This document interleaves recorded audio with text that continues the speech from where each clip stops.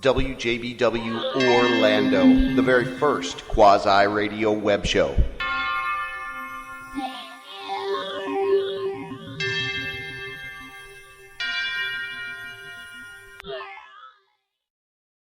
WJBW is made possible by sausage. Stick one in your mouth. I hear a little bit of feedback in the mic. These charges are not mine. Today's episode of the JB Web Show is sponsored by Ashtray. Maybe embellishing. All right, I'm walking down the street now. I'm walking live here on the street. I'm going to see who I can find. I need to hear the tambourine. Do you want me to do the JB Web Show? Oh, I spit on you. You are not part of the conversation. Do you? Do you really? Thank you for holding, JB. I'm listening. Thank you for holding, JB.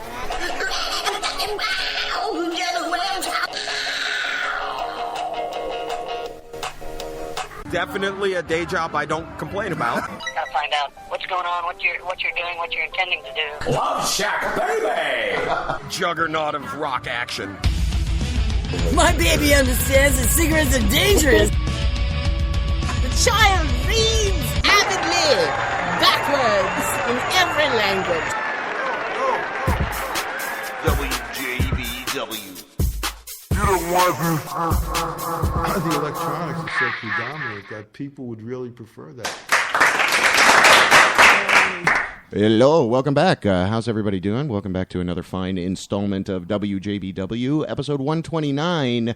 Jeff Nolan in studio for a local legend interview, and so we've titled this hashtag Mother Effort Edition because he puts in a lot of mother effort. Yeah. You are the man. I appreciate the fact so much you're able to come in here because then you're going to transform into co-host man. Nice. I can back that program. Yeah. So, and then we're going to hear from Jerry Johnson around 7:30. He's in line at Kraftwerk's, the concert down there in Miami. That bastard. The automated robot concert. And what do we have? And then 8 o'clock hour. So we might start the news before 8 o'clock. 8 o'clock, we have a call from the crew at livingsexyradio.com. You can check them out. They're a Central Florida show about having no inhibitions. We'll talk with those guys and learn a little bit about that. And then about 8:15, we're going to get a phone call over to West Coast correspondent, hashtag misinformation. Sheila Bailey will be joining us to close out and curate the rest of the news. And I got a whole hell of a lot of news. But again, thank you so much for coming in, Jeff. My pleasure. It's been a long time coming. You're rocking on that. Yeah, I know. I've been chasing you for weeks, months. Sorry about that. Feels like a long time. No, it has been a long time. It doesn't just feel like it. It couldn't have worked out better, because usually Jerry's in studio over here, and he's a fireball and spitball, and he was like, "Oh, Jeff's going to be here," and I said, "Well, it's not confirmed. We're just waiting. We don't." Yeah, so I'm not sure. He's like, "Oh man," he's like, "You're gonna kick me out." And I'm like, "No, man." I was like, he's like afraid of you or something. I was like, "No, don't be afraid." Yeah, I'm real scary. Don't be afraid of Jeff. I'm a big scary motherfucker. But what I love, man, is that you are like the fiber of rock and roll in this community. That's how I feel about you. Holy moly. You've added so much to this community that we wanted to interview you as a local legend. So let's dive right in. Local legend interview with Jeff Nolan. He very good on guitar. He played that thing for hours. Mother Effort Edition.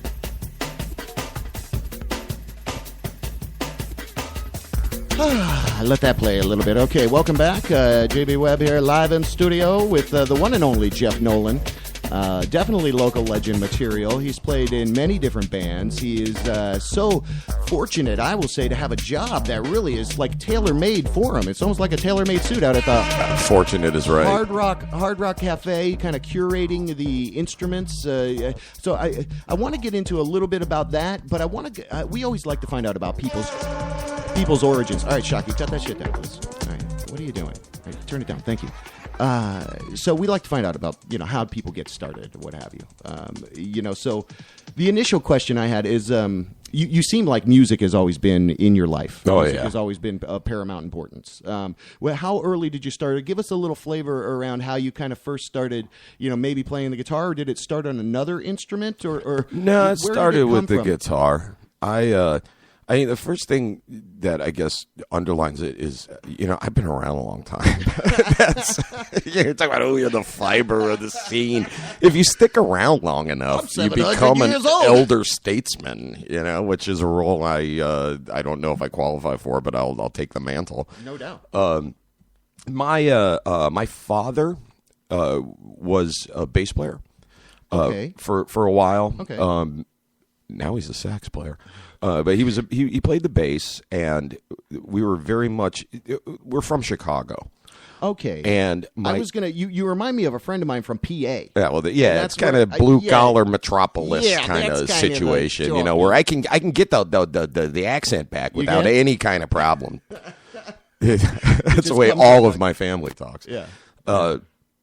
But we, my old man is someone who was always really passionate about the blues, and being from Chicago, he was ground zero for every iconic mythological blues creature that you can think of. He saw Muddy in clubs in like the 60s and shit. It's the Wolf he's seen. Right. So that was sort of ingrained in me from when I was kind of fetus. that was kind of like the church or the influence big time. Here's kind of what we believe, son. It's good old-fashioned rock and roll. Absolutely. You can take it or leave it, but you're going to end up liking it. I remember having an argument with the old man one time about the Beatles. Because to this day, my dad thinks the Beatles just fucking suck. He's one of but the reason why is really interesting. Because I became aware that he had never listened to anything they put out except for Meet the Beatles. That's it. He just listened to that and went, sucks, next. It's like, Dad, they made a couple more records. Oh, shit, yeah. Like, what about this one? Well, and the reason why that he hated it is because it was all covers of, like, Chess Records stuff and the shit my dad was super passionate about. And he just thought it was the stiffest, whitest, most English, lamest bullshit. Yeah. And so it dawned on me that, to my old man, the Beatles were like Vanilla Ice. Okay, yeah. You know what I'm saying? It was like a contrived, Milli Vanilli-ish. And he never would get that out of his mind. Yeah. But I went off on a little tangent there. So the old man started playing bass. He had a little garage band. Well, it was a basement band up there. Yeah, basements up there. It was bad. I know. I wish we did here. Yeah. Goddamn. So he was, and I would go down and watch them play at the very beginnings of their rehearsals. Until they all kicked me out because they wanted to smoke the doob and can't smoke my little Jeffy. Yeah, exactly. This is way back in the Nixon administration, right? Yeah. And we one night I went downstairs after they had jammed and they had their gear still there, and I picked up the guitar player's Les Paul. Mm-hmm. It was a black Les Paul. Oh, wow. I picked up his Les Paul. Totally wasn't even supposed to be down there. Definitely was not supposed to be touching the damn gear. Right, the $1,000.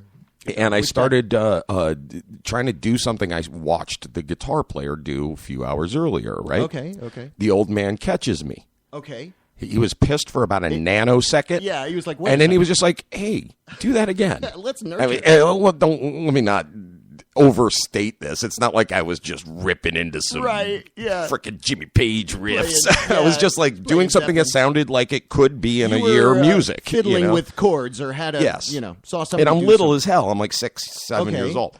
And so he got me some guitar lessons when I was really little, but I was just too little. And I put it down for a while and then picked it up really hardcore to where my life got ruined. Probably when I was 13. What? Oh, okay. So you were like, not so much into it. I had to go, get on the jungle gyms. And then you had some shit to sing. You had some shit to put to the my hands got big enough to get around the damn neck. Yeah, there you go. So you started really kind of getting your passion, getting your anger out. Now, what do you mean you kind of spun around? Did something happen with that, or was that a kind of a pivotal year for you? Or I don't know, man. 13, you're playing the guitar, or are you playing with other guys? Or I think 13's a big age for a lot of people when they're getting into whatever they get into. Right. And with rock and roll guitar players, think about it. 13's just about freaking perfect because, I was just a big damn nerd and like just really a gawky, lanky dork. And the old cliche is really true that What do you mean? if you play the guitar or if you're in a band or something, Right.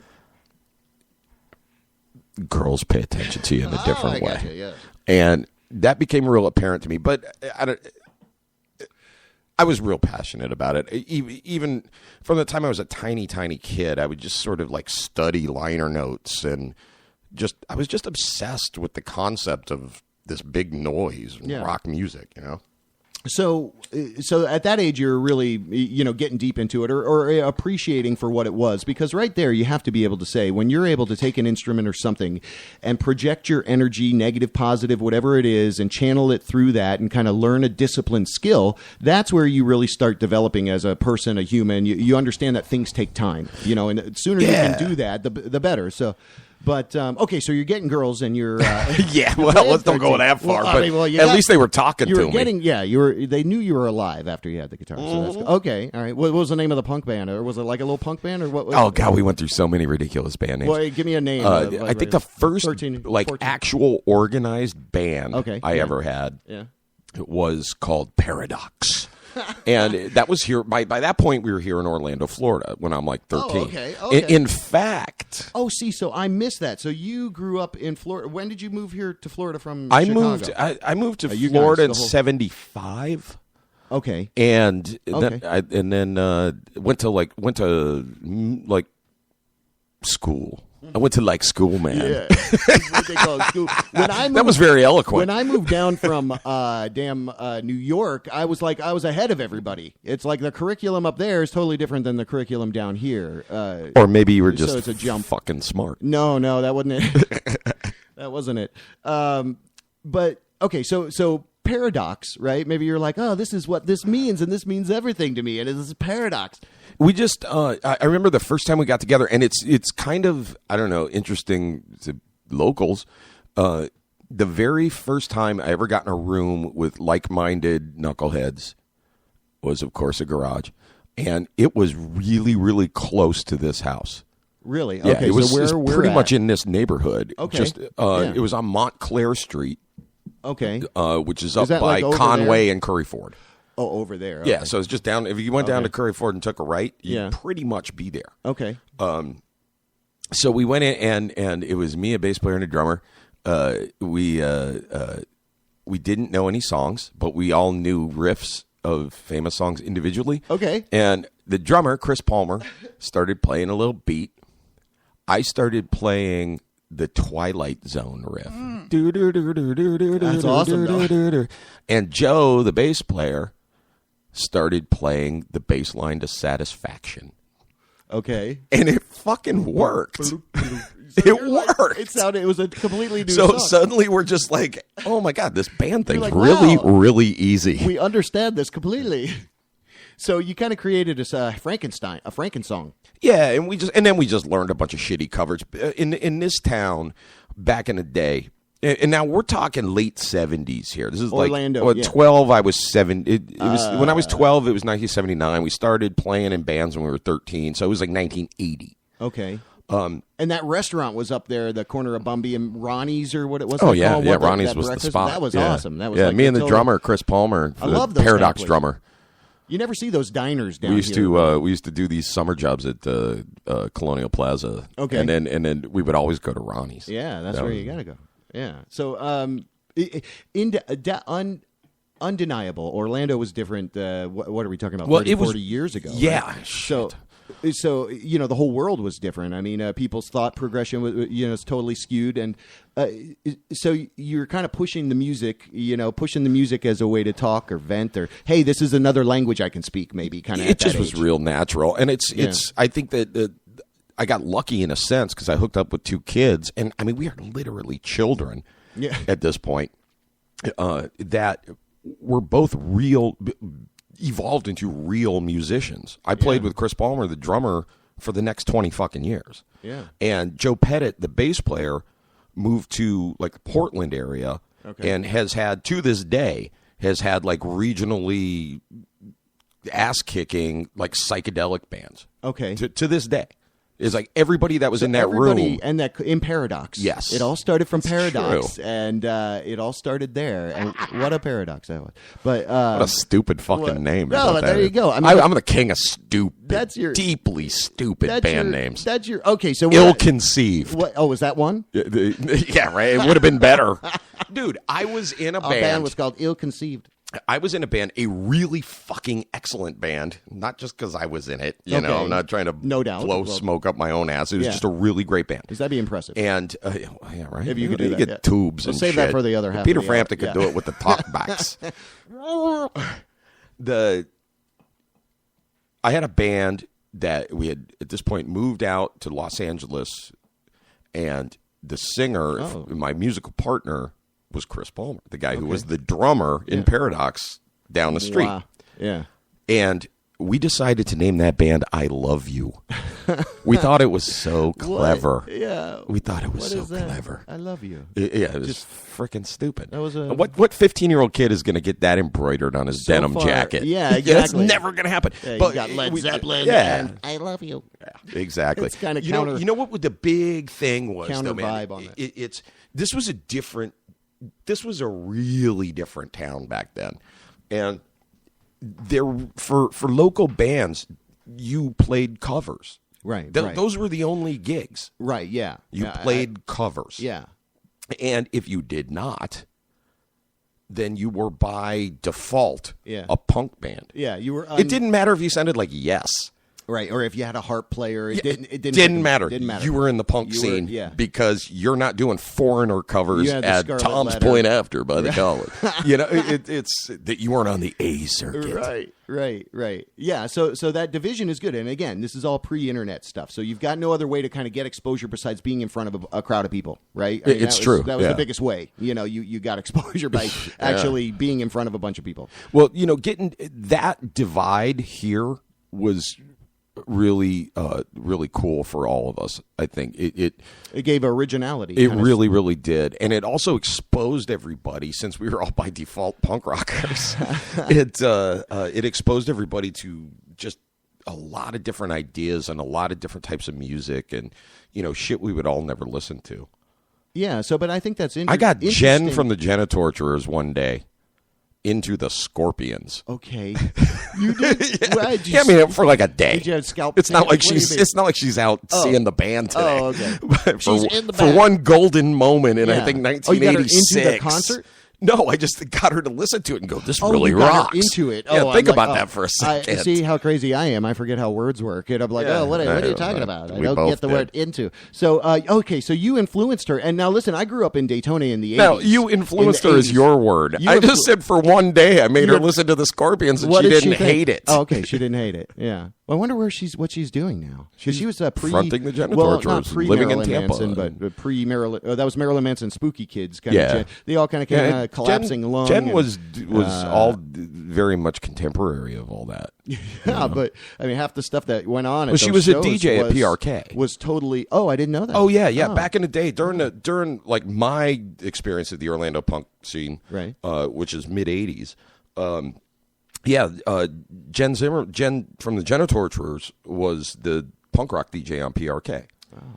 And so everybody would do her show, and she went to Rollins. Oh, wow. I didn't know. And then they started a band, and now she's they got some acclaim, now she's an right? icon. They got some serious acclaim. Is she still doing music? Oh, absolutely. Yeah, on a big level. Well, I think that's incredible because it was kind of at the time it just caught in people's throat. You could do it or you couldn't do it, right? Because of all the piercings and the crazy stuff going on. Yeah. And the concept of a guy hanging from the ceiling by nipple rings or whatever it was. It's all just the house that Alice Cooper built. Yeah, exactly. It kind of G.G. Allen, is maybe kind of the same kind of. Even he's in the house Alice all built. It hurting your, I mean, all of this, expression through, maybe a uncontrollable sense of, chaos. You were trying to exemplify chaos, I guess, the best we could, in those days. But I grew up in Daytona in the 80s, so I totally understand kind of the whole cover band thing and all of that and the difference. Daytona's still that way. Daytona's still that way, yeah. So you guys go play Pike Week? Yeah. how many covers you know. Yeah, it doesn't matter. You have originals. It doesn't matter. Yeah, No, nobody gives a shit. And yeah, I think that's how it is right now. We spoke with the guy Frank from Futuristic Diner last week. He's a bass player in a trio, and he basically said, you have to lace originals into damn covers. Well, shit. Look what we just did with Kaylee, who is by any objective measurement, Kaylee Baker is one of the greatest performer, most deeply talented, naturally gifted. It's insane how good she is. No doubt. The most, she had to do the damn Janis Joplin show at the Fringe, which Jerry gave us his firsthand experience on that. Amazing. He said, it was great. It was absolutely great. But it reminded me of back in the day here. Now everybody's all excited, and Kaylee Baker singing Janis Joplin songs. It's like, well, you know what else she sings? A shit ton of Kaylee Baker songs. Yeah, which is great. Which are in many cases fucking amazing. Better. So let's put a little pin in that for now, because I want to kind of catch up to there. Okay. So you moved out to California. You did that pretty young. Yeah, When I moved in '86. Okay. Like at the end of '86. Oh, hair metal out there. Was it '86? Yeah. Well, but not really. Pies. It's I don't know. I guess a theme is There was developing. An undercurrent. Well, that was the perception. There's a divide there as well. Yeah. And I think that that also was even more dramatic and amazing. I went at a really good time, and when I first got to Los Angeles, I didn't know anybody. I was just by myself. My dad had moved out there. His job had transferred him out there. Okay. And so I was like, well, shit. Oh, so everybody went. Okay. Well, no, I was 18 years old you had by already now. gone. Yeah, I was just me. And okay. But I was like, well, shit, I can move to LA. I got a place to stay while I get my head together, Yeah. And so I went out there, and I literally opened up the LA Weekly. I still brain fart the Orlando Weekly and occasionally refer to it as the LA Weekly. Okay. A little caveat there, just in case. I don't know why I do that. So I wanted to go out one night and see some music, and I just opened up the LA Weekly and just looked through the ads in the back of what was going on, and I went to this club downtown, like by UCF. No, yeah, it was by UCF downtown. By UCF, right there. It was USC. Oh, it was over by USC, which is fairly gnarly part of town. And so I just drove out there myself and went in. It was this club called Scream. Okay. And I got in, and it was a fucking game-changing watershed deal for me. Because it was just sensory overload, groovy debauchery. I couldn't believe it. And then the band went on, and it was fucking Jane's Addiction. Oh, really? When they were a bar band. Right. And so they came out, and they were, think of the first Jane's, the Triple X EP, and that's what they sounded like. And it blew my mind. It was like this whole thing just crystallized of what a bunch of us of my generation and my socioeconomic background, suburban white boys, what we were all trying to put together, which was this sort of amalgam of classic heavy rock, punk, with your own, and that sort of artsy indie, like all the American indie shit that was happening in the 80s was so fucking amazing. That, and to have all of that pulled together, Jane's Addiction did it incredibly well. And it was like, oh, there it is. They figured out the formula that we all been trying to do. It found an even more commercially happening version when Seattle exploded. The fuck was that? And I want to find out about, guess who? I want to find out about the contemporaries. Welcome to WJBW. Is this the one and only Reverend, the master? You know it. Oh, right. What's up, buddy? We're right in the middle of the interview. Local legend Jeff Nolan. But welcome. I'm glad you called in. You normally sit shotgun. Well, you told me to call in right at 7:30, I know. That's why I'm glad you called in. I just messaged you. Are you at fucking Kraftwerk, Jerry? Call in a little later. I am at Kraftwerk. I am so motherfucking jealous of you right now. Dude, guess who I just ran into on the street? I'm like, I got one. Florian Schneider. You ran into Florian Schneider or Ralf Hutter from Kraftwerk. Wish. Oh, we got the I wish. sausage. I ran into Nadim, actually, with his wife. Nadim. Oh, nice. And, We were just talking about Nads earlier. yeah, His and he's lovely like, bingo night. Jerry? Like, holy shit. So what's going on, you guys? Well, we were right in the Let's middle just of talk about Jeff's Kraftwerk. We were right in the middle of Jeff's story, and then you interrupted. Yeah, No, but I'm now just we're talking about Kraftwerk. It's a much more interesting So, story. Jerry Johnson, down there in Miami, how was your cruise? You have a good cruise, buddy? What was it like? No, cruises suck, bro. Oh, it sucked? I'm never taking another cruise ever You- again. You got the Cruises Norwal kick my ass. virus? Were you on the motorboat cruise with Motorhead? You motorboat that would have been cool. MILF's breasts? But no, I was on a crappy cruise with. Oh, it wasn't good. Yeah, a whatever. crafty cruise with Kraftwerk? Ah, was it Crafty Cruise? No? Yeah, maybe. that would have been good. Well, That would have been good. so it's good. So, to hear. hey. Are you guys waiting in line or what? When does the show start? No, I'm waiting on the corner underneath the scaffolding, and it's raining down here like a motherfucker. So I'm out here getting wet, and my poor wife's Dana. Hi. Hey, she's getting Dana. wet too. And so Wow, so Yeah. it's gorgeous down there. You guys have good weather. Is it raining like a mother effort? I mean it's the constant cycle. It's Florida. It's enough to be uncomfortable. So Miami is Yeah. indeed located in More Florida. tropical. We have determined. It didn't fall in. It didn't fall into the ocean. So that's good. And, That's good. Yeah, that's so where we were arcing and so here- Jeff. yeah. Oh yeah. Okay. He's got a question. I'm really impressed you're there in the studio. Like that's awesome. I wish I could be there with you guys. Yeah, well, But- we'll make. I'm beginning the process of making up for lost time. Nice, very nice. That's awesome. You I guys. mean, this is fun being in the So- studio with JB, but man, you're about to see Kraftwerk Yeah. play.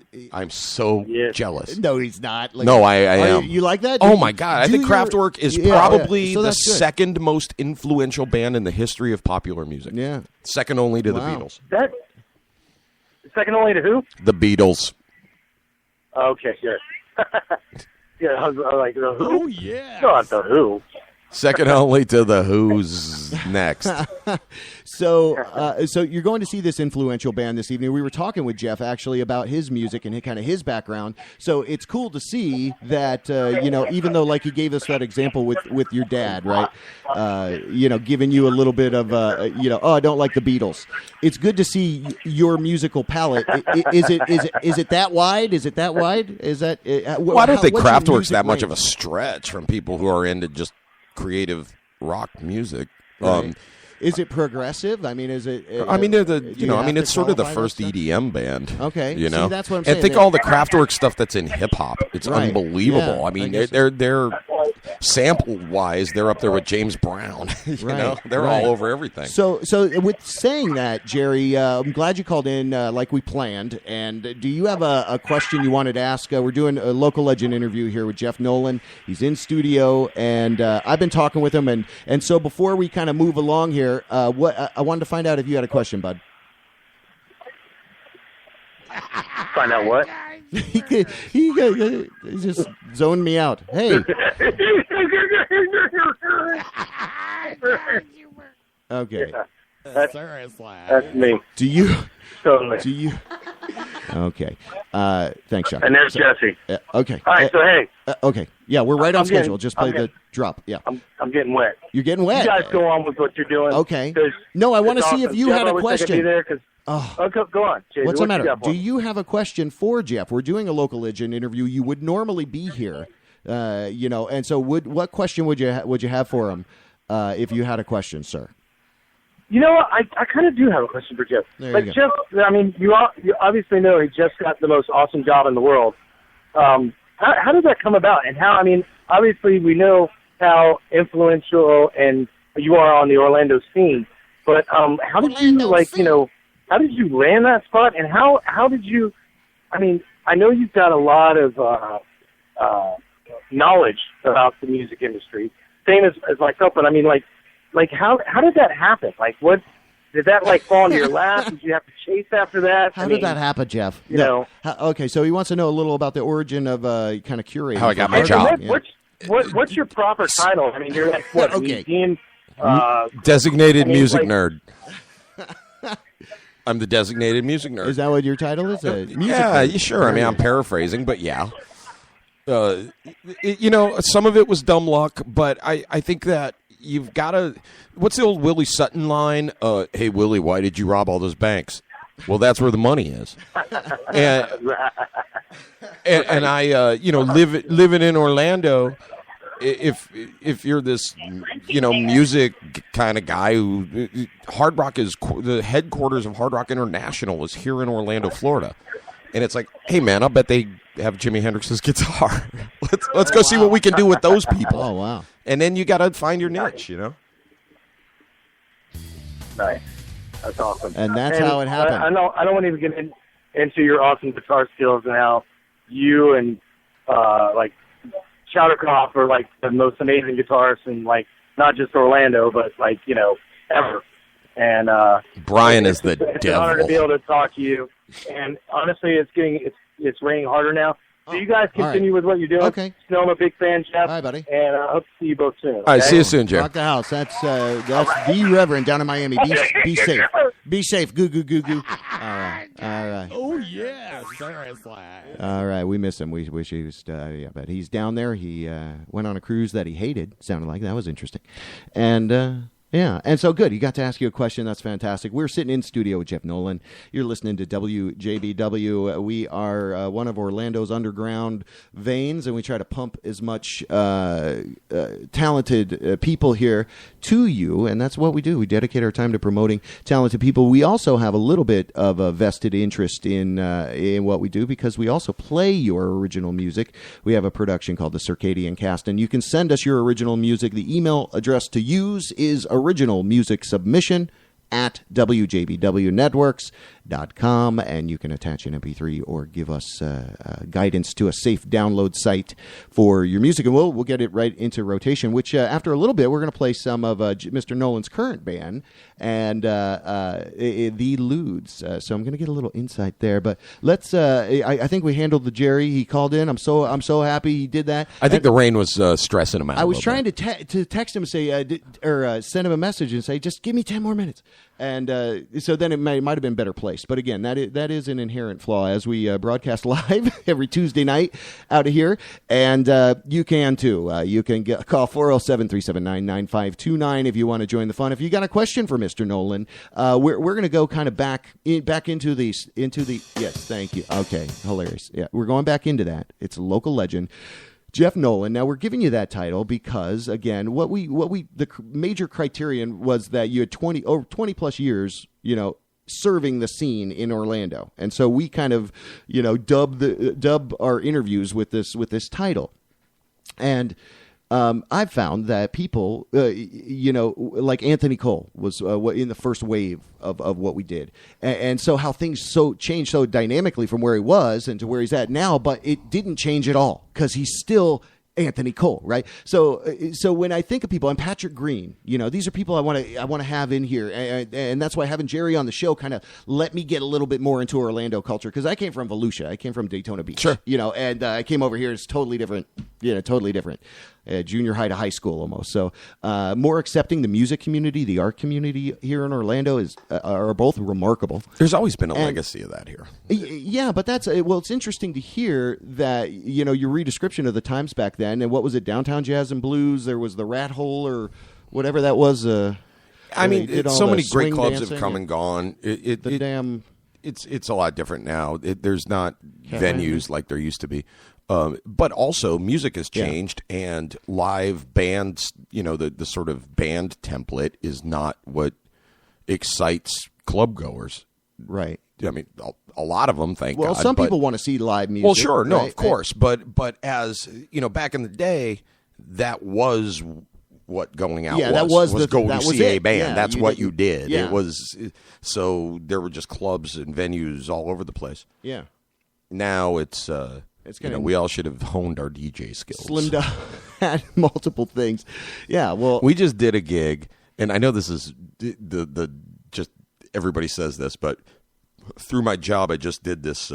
We did this big festival in Europe. And Okay. one of the headliners on the first night was a DJ named John Angelo, or I think his name's John, but it's Angelo. Whatever his last name is. Shout out to Angelo. The second night we had Avicii. I remember his name. He was actually good.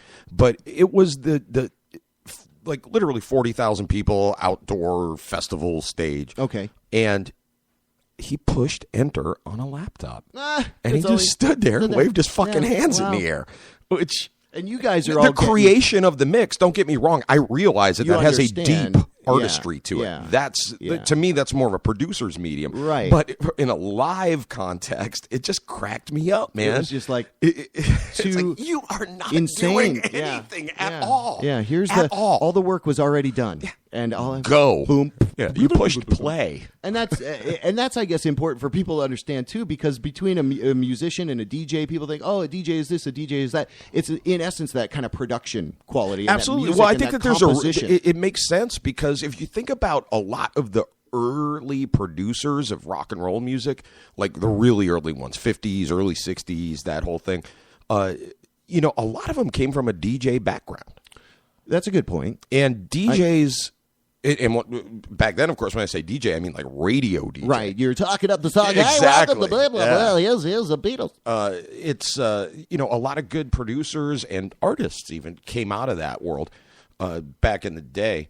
So the fact that now in 2015, a producer's medium and a DJ is they're working in the same sphere, right? And now it's live. A lot of stuff is pre-programmed, like you're saying. So even the radio DJ, where he had the autonomy, like Joseph Martins does on his Sunday morning coming down, to kind of select the content and put it out there, is one of the only things that I think is out there in the truest sense of DJ.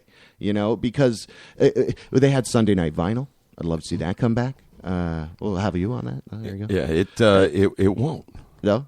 No, it's we're in the frontier of what we're doing now. Right. Shit, I mean, it's past the frontier. Yeah. Now Anybody it's can half mainstream. Make a playlist, people. But again, these subject matter experts in the industry, which again, you are definitely you're employed through Hard Rock Cafe, kind of as curator. Curator's not. What's a better title? Not really Nerd what guy I would say, is because what you there's said too many before. talented people over there that are involved doing That that. earn that title. I don't Okay. get to take that credit. Okay. My official title at Hard Rock is Music and Memorabilia Historian. Nice. It is a very highfalutin way of saying that I am part of the marketing department. Okay. But my end of it is using music and our memorabilia collection to just raise awareness for what we're doing. Yeah, which is remarkable. The historian aspect. That's what I like a lot. I think that's really cool. And like I think Jerry was saying, is like, how did you just fumble into that? So here's the big thing. You're a super talented guy, right?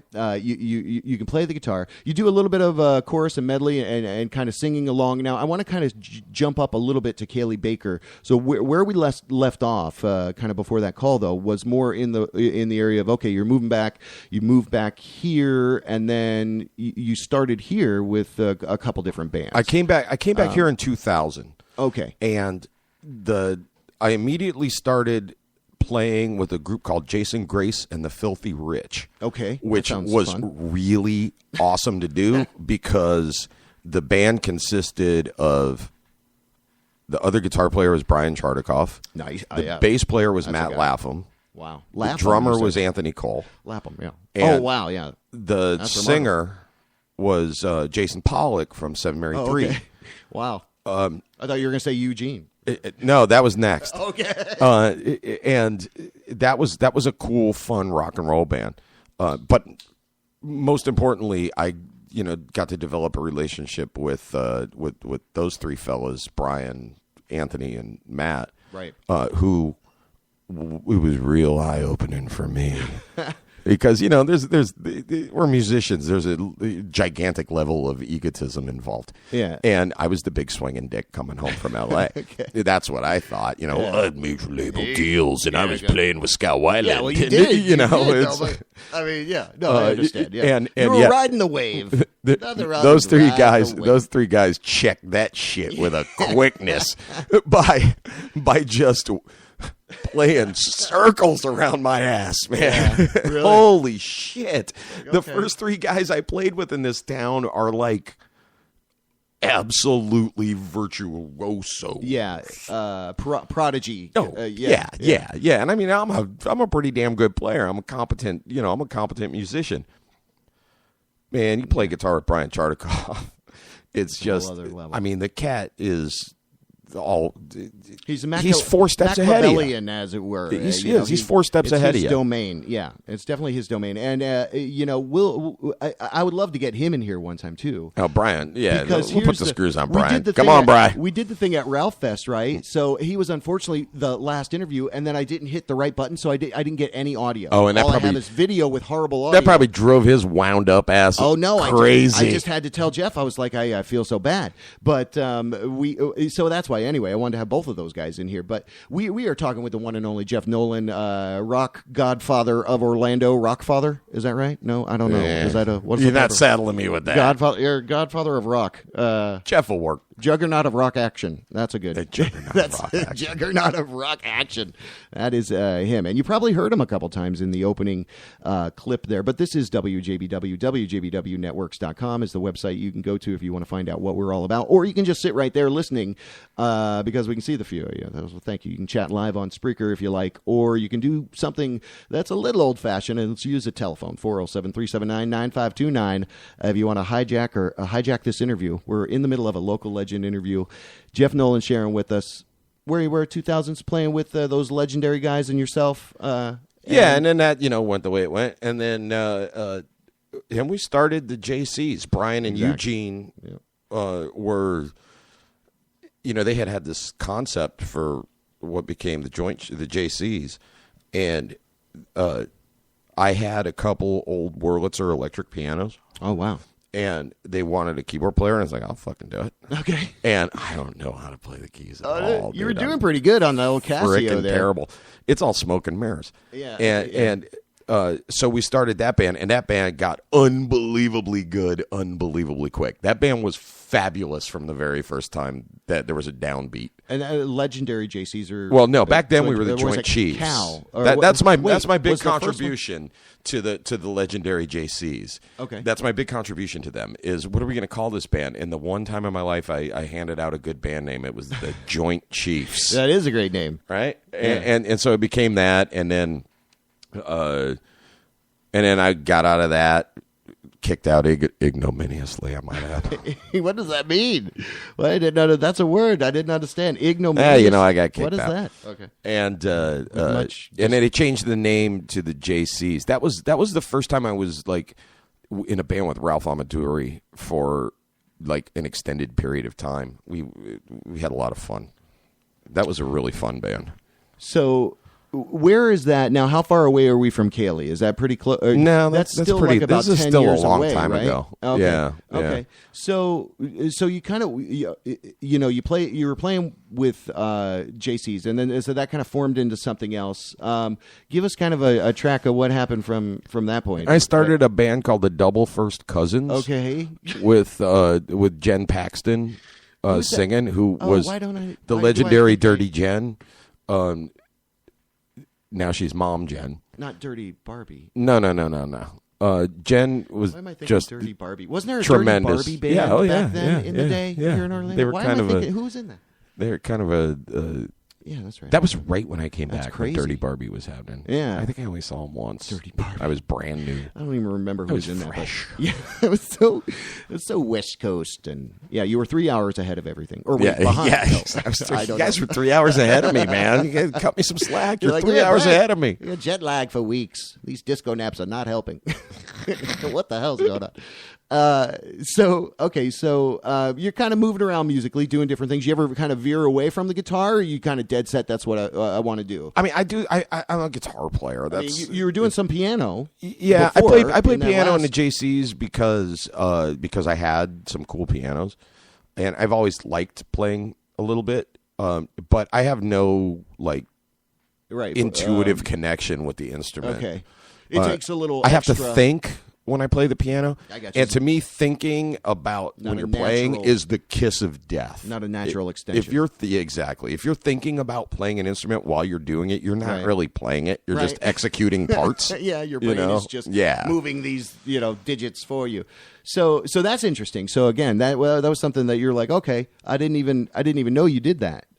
Well, you came in here and started playing some piano. Oh, I can't play.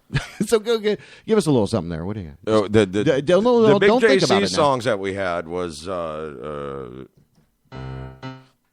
how the fucking song go? It's just a rip off of Queen. It's just It sounded good. Ooh, you make me live. Oh, right. Total rip off of that. But that song was called Girl Can't Take It.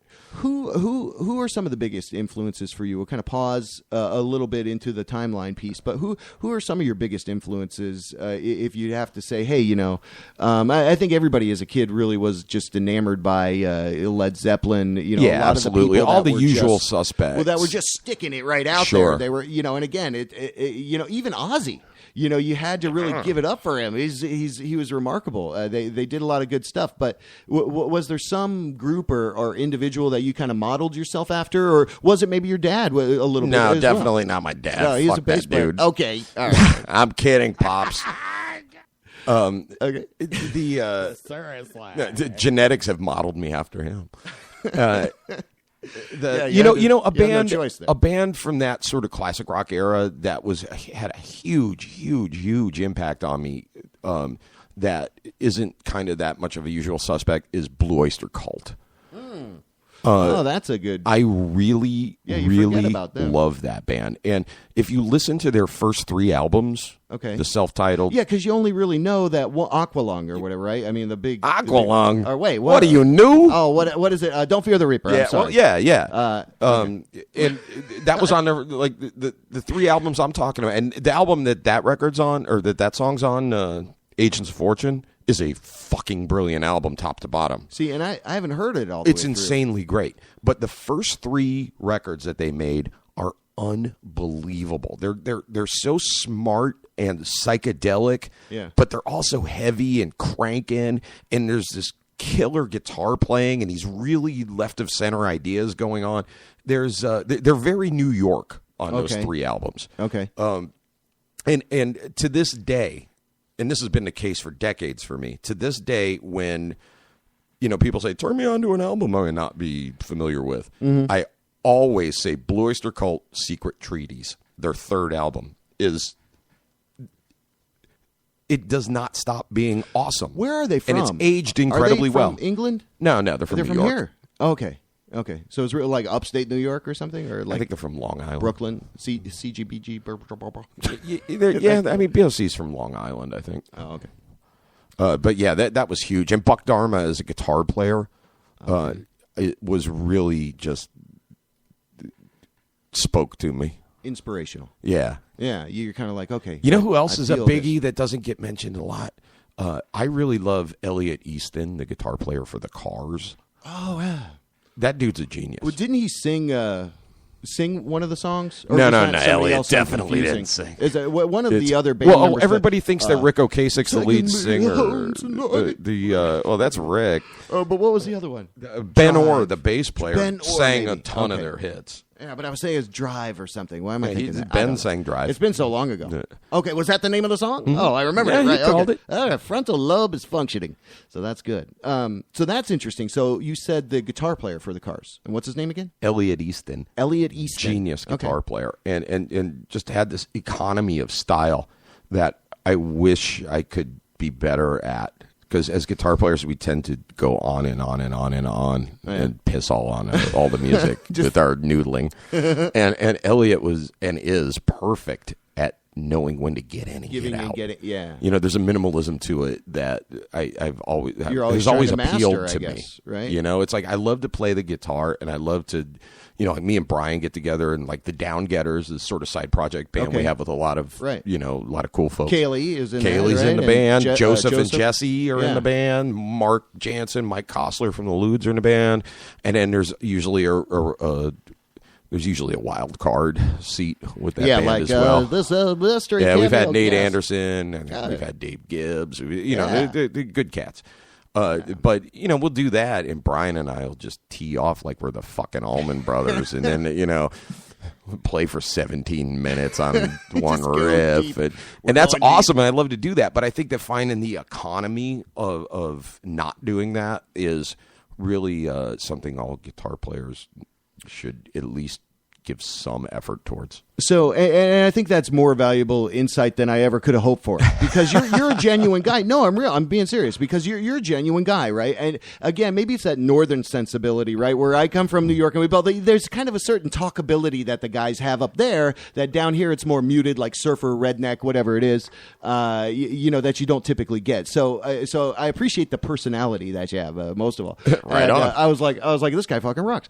So we are speaking with the one and only Jeff Nolan. We're going to get into the lewds. Right before we're going to take some lewds. No? Oh, we're not. Oh, I'm being told we're not. I'm sorry. I wish. And then let's talk a little bit. We got a couple minutes before 8 o'clock here, so I want to get. I was going to play some lewds, actually. So I'm on I'm on the Reverb Nation page here. Is there a better? Is there a song called "Save Me" on there? No, I'll read you what you got damn up it. there. Insurrection. Oh, yeah, Save Me is on there. Yeah, I'm so sorry. Play that one because that's got Jesse Martin's Joseph and Jesse fame, Juno Smile, playing fiddle on it. Okay, beautiful. And this one's all trippy and psychedelic. We're going to try to... how can I do that? I got to mute this. Okay. Okay, so I'm just thinking about what I need to do. All right, so I'm going to cut down our mics a little bit. We're going to roll this track live from Reverb Nation / the Ludes. You can go there / the song. Yeah, I haven't looked at the Reverb Nation profile. This might be some like 4-track demo. Brown shit. Liquor, Brown Woman. That one's good too. All those jams are good. Insurrection. Play Insurrection. Is that the one you want? Sure. Insurrection. Because that song's just brutal Jeff and Nolan. stupid. All right, let's have you talk up this song. This song's funny. I wrote this song a billion years ago, and we resurrected it for the Ludes because it's so boneheaded and caveman. Right. But this song actually debuted, I think, in 1989. Really? On the television program Married with Children. For real. Is this like the Love and Marriage? This was or it was something. Yeah, no, it was in an episode of Married with Children. Oh, remarkable. And it was the first real money I ever made in the music industry. So we have recently rekindled this incredibly stupid song. Okay. All right. That's a beautiful little backdrop. So enjoy this. We're going to go grab another brew. Be right back.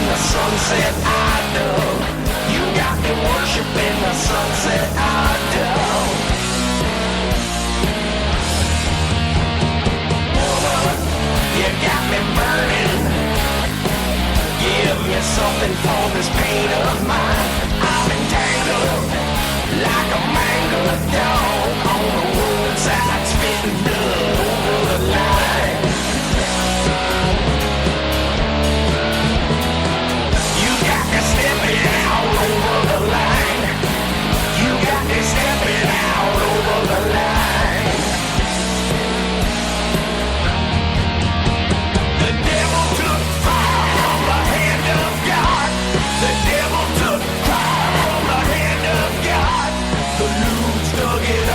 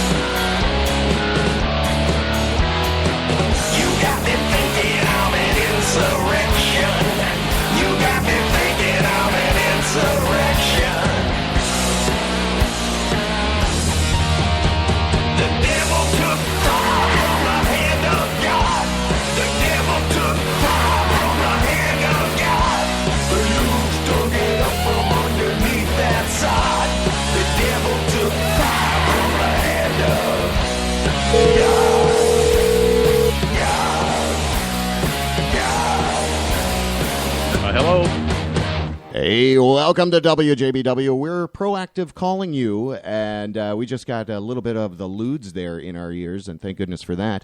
I am calling a gentleman who is affiliated with a Central Florida production here, and he puts a lot of work and effort into it because he's got a good background. The man behind the scenes, Mr. Al Spry from Living Sexy Radio. Welcome to WJBW. How are you doing, sir? JB, it's great to be here with you. I'm here with my partner in crime, is the wonderful and talented Electric. You can just call him Trick. The Electric, hey. Blackjack and Trick. Welcome to the show. How are you guys doing? Doing great tonight. It's just been an incredible day for us. We just finished. A couple of women were in here just recently taking care of us, and we are now just sitting back and relaxing in the afterglow. Remarkable, beautiful. So we're going to have to put you put a little caveat in there that we're going to explain a little bit about what Blackjack and Trick are talking about. It's Living Sexy Radio. It's a weekly production post, but it's a lifestyle for these gentlemen, and they're here to kind of give us a little overview. Yeah, all right. LivingSexyRadio.com. Did I get the site right? Is that right?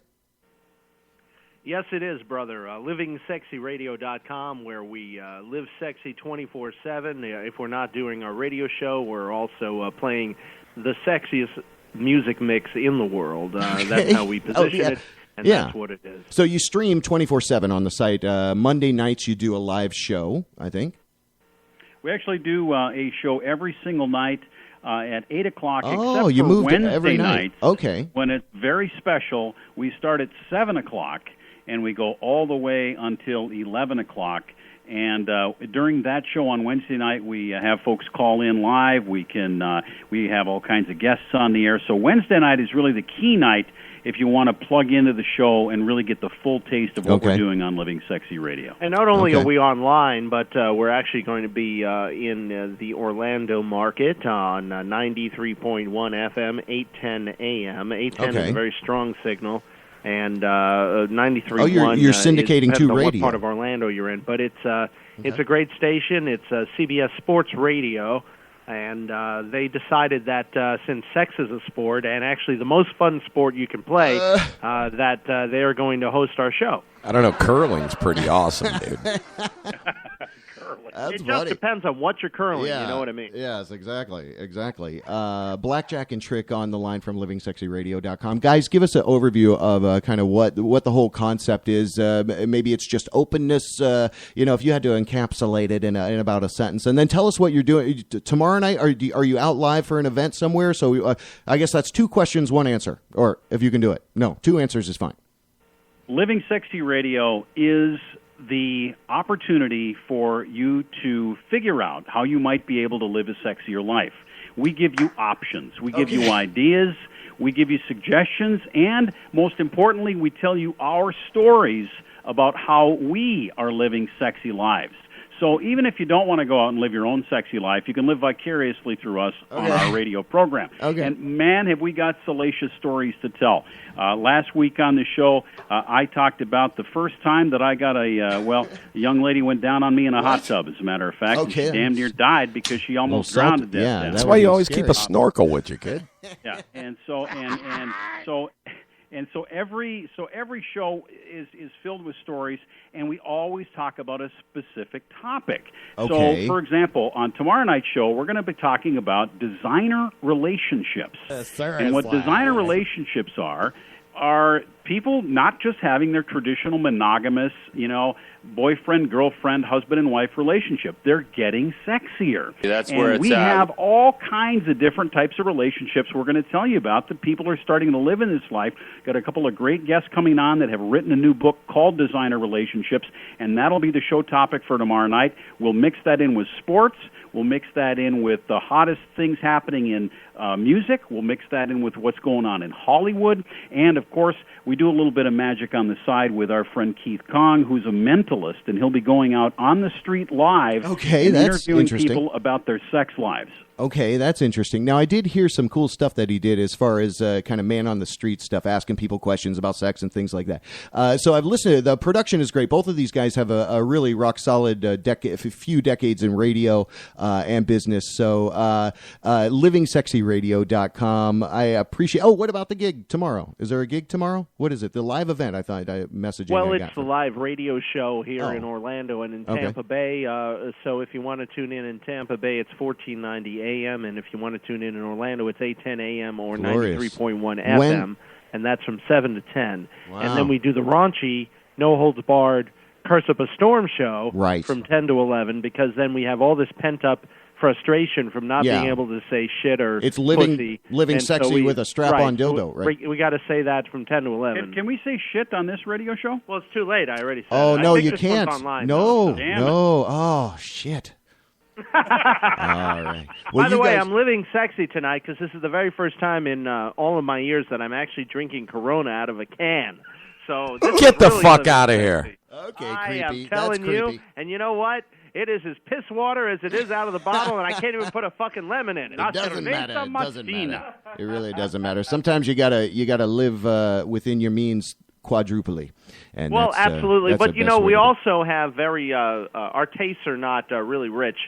We're going to be very rich, but we're still going to get our friendly hookers from South OBT because they they get good value for the money. It's a really good deal. Yeah. The hand jobs I think are still under $20. Yeah, and what's $20? It's a couple. What is it, a meal at Chili's or a hand job? I'll deal take a the meal. hand job. Right. Maybe even a blow job. Right. And you have leftover to go through McDonald's and get a $1 burger.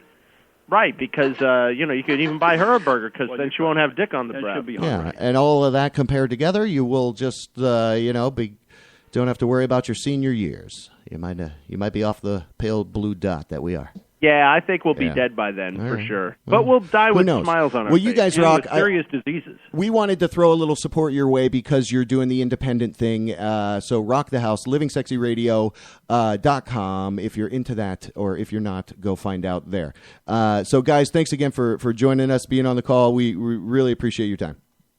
Well, thank you, JB, and we will give some love to WJBW as well on social media, and we'll give you a shout-out tomorrow night as well. Thank you, guys. I appreciate that. And as always, the uber-talented team there, Blackjack and Trick. Thanks, guys. Have a good night. Thanks, bro. livingsexyradio.com. You can go check it out. And Wow. Remarkable. Wow, way to bury the lead, those guys, right?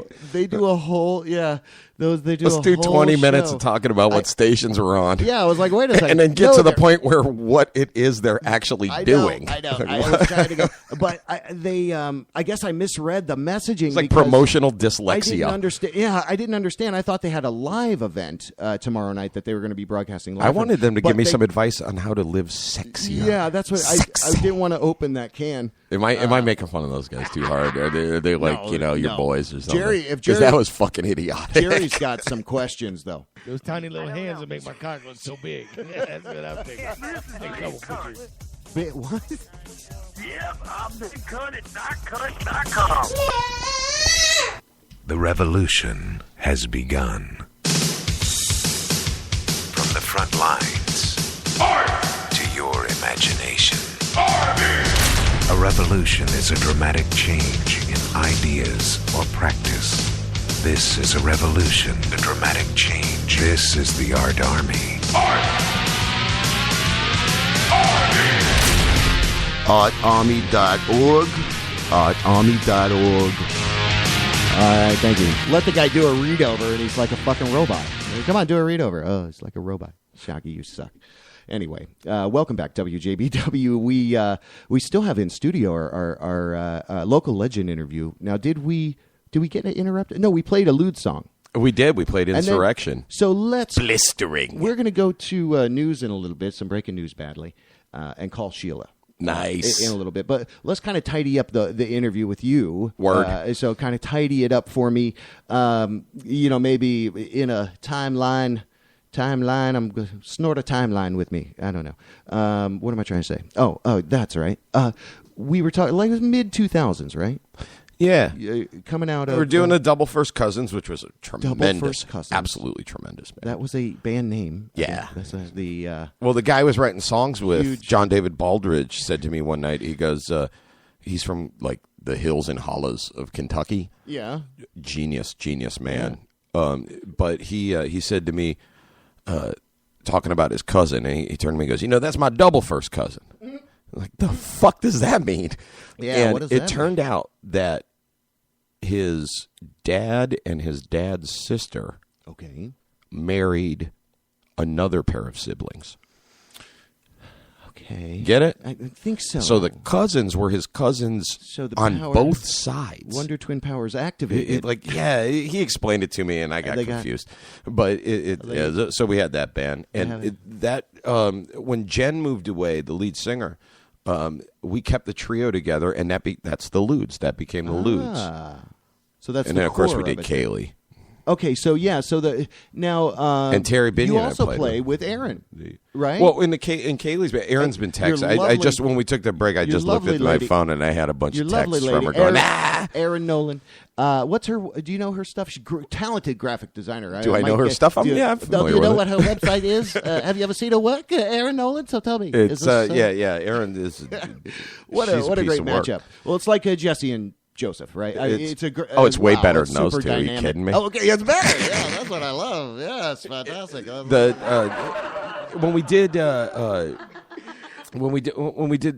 Kaylee wanted to put a band together, she came to Aaron and I, because Aaron's a extremely naturally talented bass player, and she's, she was in the Little Debbies for a long time, which was a very, very popular local band. Yeah, important part. It was really the best rock and roll band that's been in this town in many years, I think.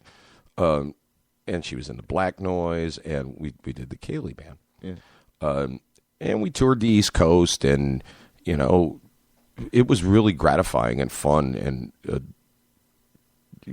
creatively satisfying, because Kaylee's a fucking genius. And so it's somebody, again, that you're throwing your support behind and you admire. But again, it's really like, hey, I was so fortunate to be there the night that Driving and Crying was performing in the Orange Studio, and that's where I actually met you. Yeah, and it all kind of started from there. And but what I love is that when they took it lights out. And I was like, I couldn't believe it. But for some reason, I should show you it later. It's a cool shot of you guys all on the stage, like nice. Everybody coming up at the end. Remember the last song? Everybody came all up. Hell yeah, that was such. Yeah, we that did was Straight so to Hell glorious. with Kevin at the end. Exactly. Yeah. And that was so glorious, and that was such a almost existential kind of that was a great out of night. body experience. But that's the beauty of what I believe the Orlando music culture has and should be recognized, is this impervious, give me problem, make them better. The whole Ralph thing. Give me problem, make it better. This scene has always been really good about the whole giving back thing. Yeah. Well, what I don't like to see, or maybe I don't understand it, but these pay-to-play scenarios, right? I mean, I'm sure you've got a whole world of thoughts on that. But I moved in the 80s when I went to Los Angeles. In the mid 80s, I landed dead center in what is really the archetype of pay-to-play, where you've got the Sunset Strip clubs where all the hair metal bands came out of, where you had, rooms like Gazzari's and shit, where it was literally pay to play, and it could cost an immense amount of money. And the way the hustle worked was they would give you tickets to sell. Okay. For at $5 face value, yeah. But you owed the club $2. Yeah, you gotta, regardless of whether you sold them or Here's not. A box of but they would Scouts. give you like 500 tickets. So if you sold them all, hey, you'll make $3,000. But regardless, you're giving $1,000 to the club. Right. And that's how they worked it. And this whole other scene started contrary to that, is where every cool band that you like from that era came from. The contrary scene. Okay, so that's interesting, just from the aspect of saying, "Hey, here's a little piece of the insight to that from your experience." It's really easy in this setup right here, JB. Yeah. It's really easy to sound pretentious, isn't it? When we took the break, I was taking a leak. I was like, man, I sound like a pretentious douchebag. You fucking dump some praise on your ass because you're fantastic. And again, that's the whole thing that we do is just recognize people for what they do and for how they have positively affected That's the cool, immediate man. culture right here. Because local musicians work so fucking hard for so little gratification. If you don't have local bands, local musicians in general, it really deserve an immense amount of fucking love and respect, because if you stay in it for more than a year or two, you wind up you're doing it because you're just passionate about the act of doing it. Right. And you don't see that often anymore. A habit and a pattern. You need to keep the discipline moving, keep exercise going on your skills. Right. Got to keep the rock and roll muscles. Yeah. Not only do you worked out. Yeah. There you go. That's true. I'm convinced that that's what I feel. I'm gonna learn until I go into the ground. So that's always been how in the past kind of flipped up a world 10 years ago. Now, believe me, I mean, I've got my own backstory. Everybody's got their own story. But what again, is the power of the conversation and just leveraging technology so that it can literally drop in any crack. You got a crack, we can drop something in it. I guarantee you. Wait, that sounded weird. So, Jerry, are you? He would laugh. He would laugh at that. What would Jerry say? You got a question? No? I don't know. I'm glad you noticed, finally. Oh, thanks, Jerry. That's fantastic. I'm glad you... You're doing. I'm glad you noticed, finally. Cut that out. So, no, we're going to leave that in. Leave that in. My hands that make my cock look so big. That's what I'm doing. Find a good couple pictures. Is that all Jerry? He's got this incredible I'm going to voice. play that loop for him every time he says to me, "Well, yeah, man, come on and do come do my gig at Little Indy." I'm just going to play that and say, No, don't do that. I gave him this board. I forget what these all are. I gave him this board last week, but anyway, he's had the keyboards and anyway, these shows as of late have been ridiculously crazy here. But Little Indies, we do appreciate them. LittleIndies.org links you right up to their Facebook page. You can like it and learn more. Craft cocktails, huge, eclectic, open spaces, confined, intimate spaces. It's a total combo.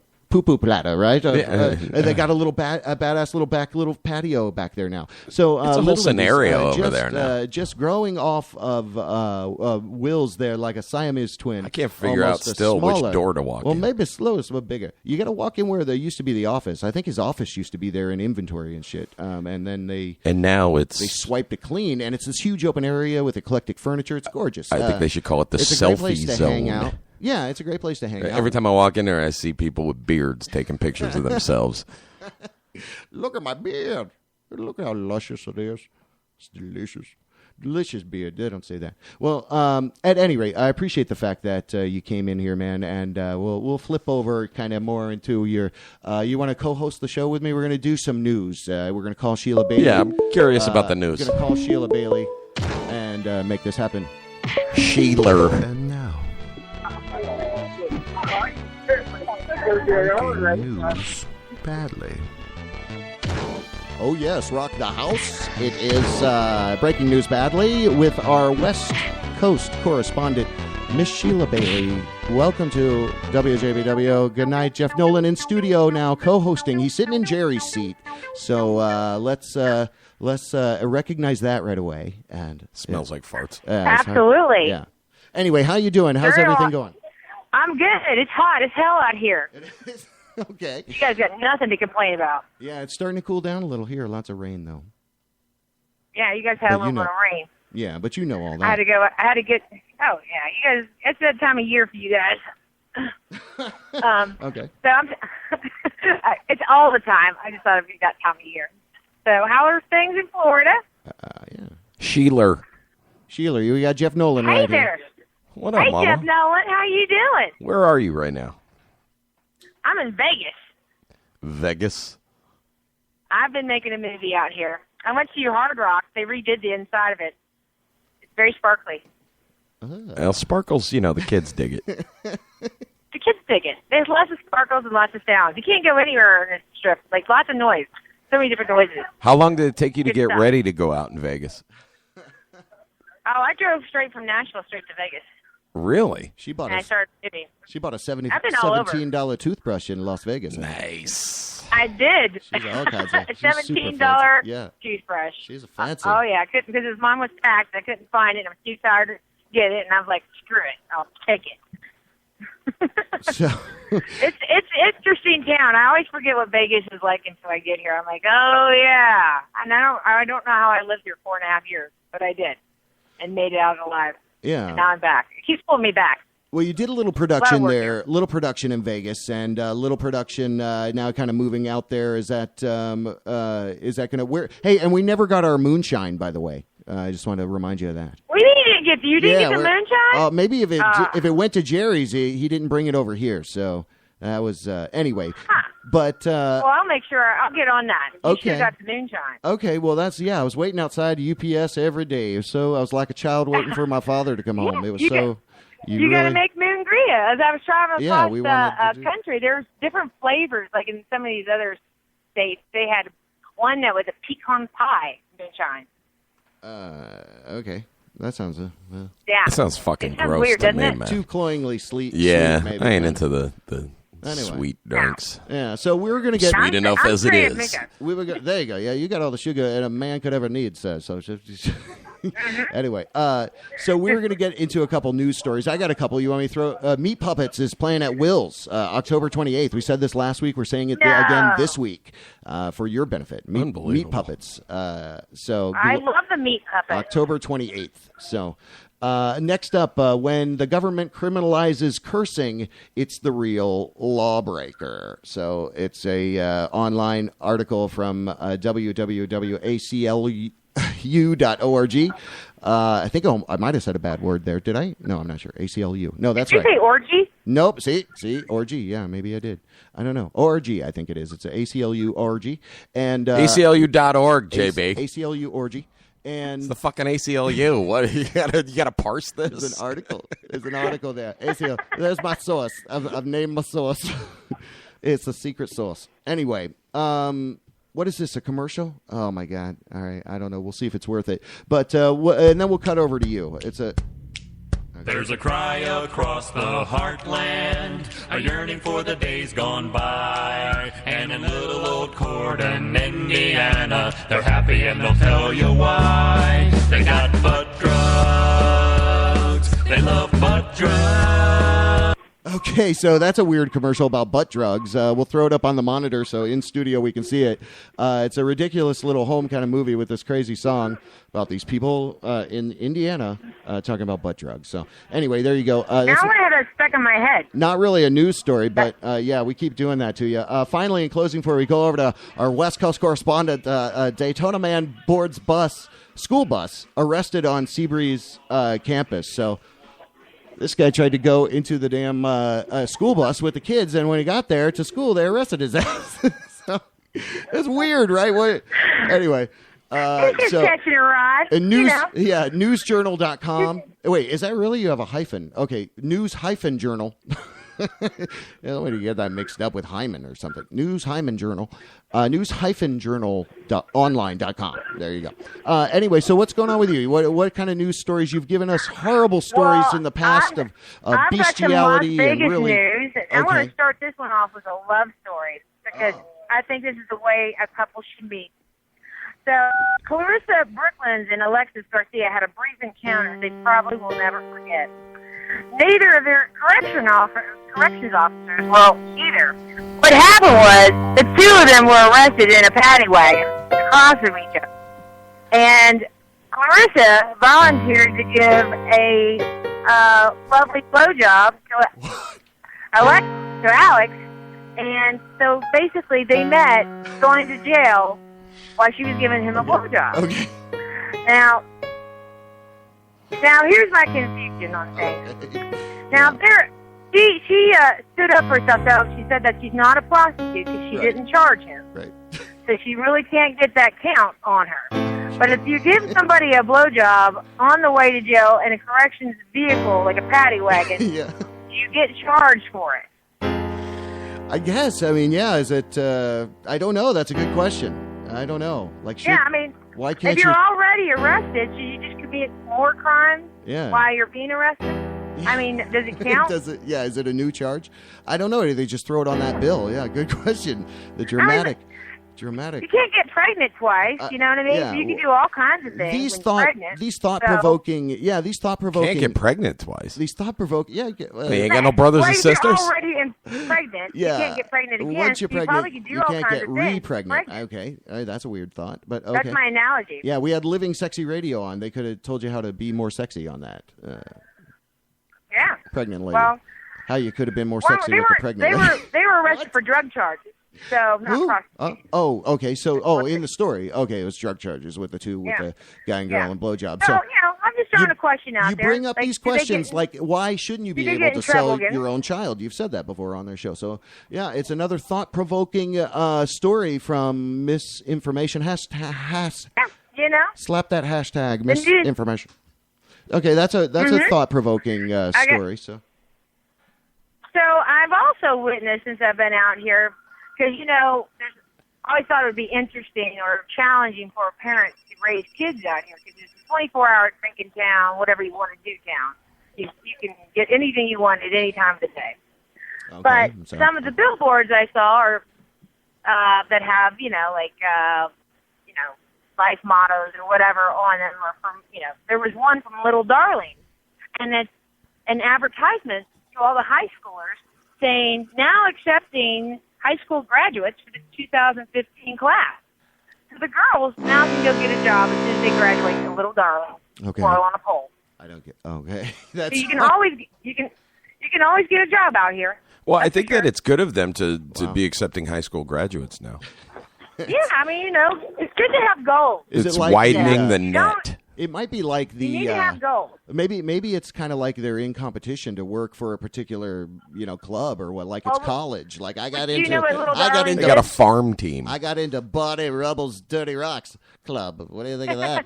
Well, Little Darling specifically is for dancers that look like a child. Oh, Christ on a crutch! Stop talking. You can't look older than 18 years old. You have to look like you're 13. That's what Little Darling is. Oh, my God. Why did I put my head in this toilet? I don't know. You got us here. I don't know. Yeah. We went there. I didn't think that's where you were going, but once again. If I remember right, I think it was full nude, and you couldn't drink there. And I think I filmed in it once. Okay, that's interesting. That sounds like fun. They look like a 12-year-old girl, and so you know where all the creepers are. Hey, Sheila, is there a place, you said you can get anything in Vegas. Is it possible for you right now to get some Molotov cocktails and head down to Little Darlings? What is that? It's really, and burn that fucking place to the ground right now. Grand Theft Auto or something. It's not the building, it's the people that own the building. If you build it, they will come. Okay. Yeah, fuck them too. Okay.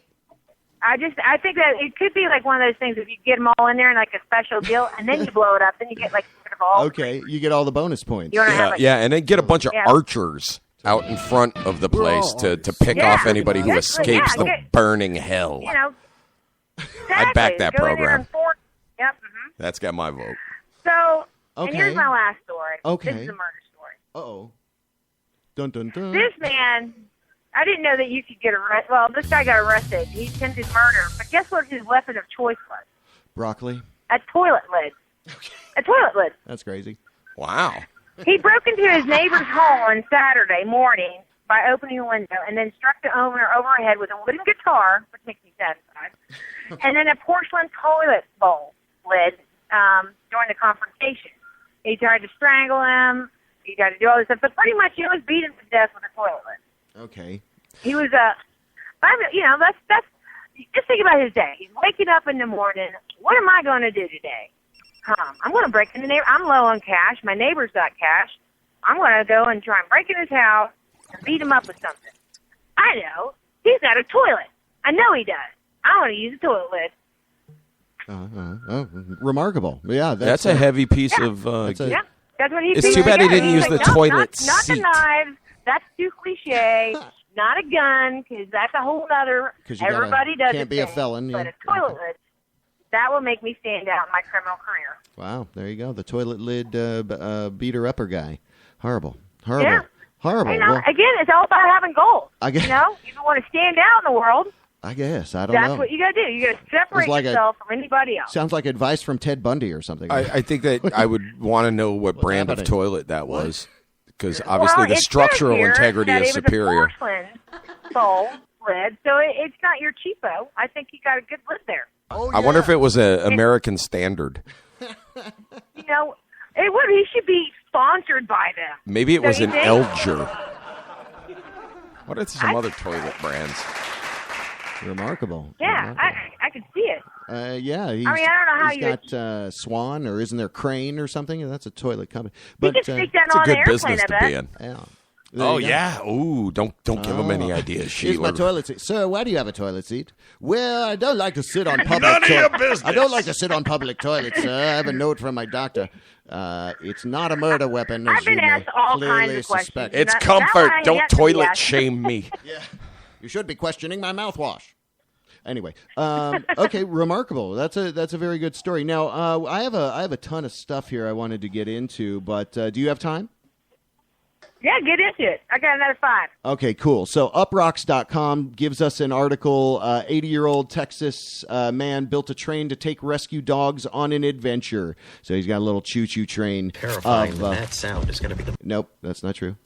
So he's got a little choo-choo train he's made, and that actually made a news story. Now, this one I like. Kids in the Hall was always one of my favorite shows, and Scott Thompson's Kids in the Hall era punk band is now on Bandcamp. So you're able to actually go listen to his music. So I thought if I could we do it? Here it is. Okay, let's go. All right, so let's play a little. We've got Jeff Nolan in studio, so Sheila Bailey on the line. Purveyors of music. Let's see what we got here. These are all just pictures. Oh, my goodness. Where is it?